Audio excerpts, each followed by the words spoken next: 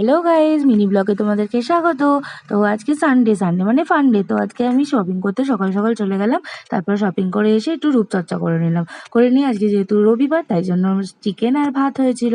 তারপরেই একটু ক্যাট মারছিলাম, একটু তোমাদের সাথে সেটা শেয়ার করলাম। তারপর দিদির সাথে একটু খুনসুটি করছিলাম। আমি যখনই ভিডিও করি ও তখন খেপে যায়।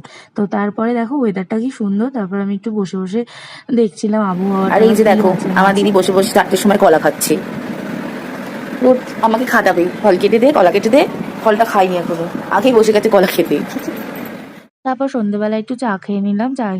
চা খেয়ে তারপর এই দেখো আমার দিদি এখন খেতে দে করে মাথা খারাপ করে দিচ্ছে। না খেতে 10টা 15 হয়ে গেছে, দে খেতে দে করে যাচ্ছে। খেতে দে বলে আজকে তোর অন্নশন।